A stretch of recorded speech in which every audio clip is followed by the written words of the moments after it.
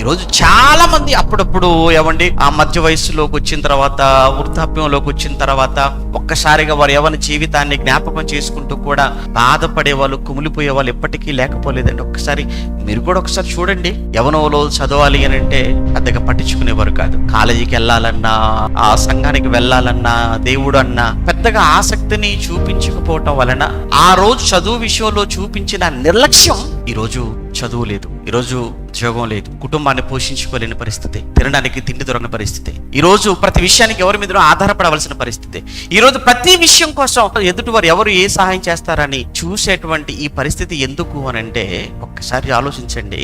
సంపాదన లేదు. ఎందుకు సంపాదన లేదు? చదువు లేదు.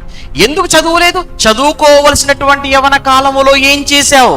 ప్రేమన్నావు కదా, సినిమాలు అన్నావు కదా, షికారులు అన్నావు కదా, తిరుగుడు, ఎన్నో అలవాట్లు, వీటన్నింటి మత్తులో, మాయలో యవ్వన కాలాన్ని పాడు చేసుకొని ఆ తర్వాత పెళ్లి చేసుకొని ఆ తర్వాత పిల్లలు కని ఆ తర్వాత కుటుంబమై ఏ విధమైనటువంటి ఉద్యోగం లేక, ఏ విధమైన వ్యాపారం లేక, సంపాదన లేక ఈరోజు ఎందుకు నీకు ఈ పరిస్థితి, నాకెందుకు వచ్చింది ఈరోజు ఈ పరిస్థితి అని ఉన్నటువంటి ఈ లేమిలో, ఉన్నటువంటి ఈ పరిస్థితిలో గతాన్ని జ్ఞాపకం చేసుకుంటూ యవనాన్ని అనవసరంగా పాడు చేసుకున్నాను కదా అని ఈ రోజుకి ఇప్పటికీ కుమిలి కుమిలి ఏడ్చేవారు, బాధపడేవారు సమాజంలో లేరంటారా? ఒక్కసారి